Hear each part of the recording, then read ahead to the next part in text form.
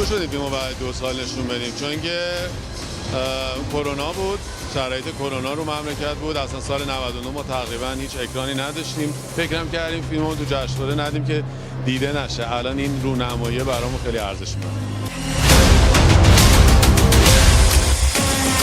خدا رو شکر انرژی خیلی خوبی گرفتم.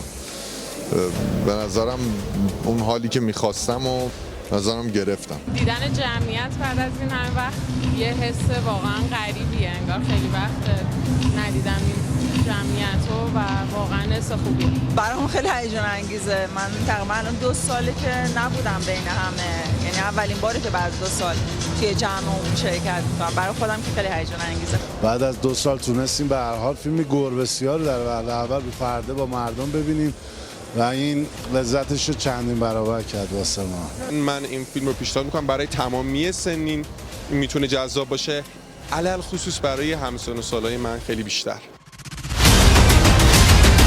گربه‌سیاه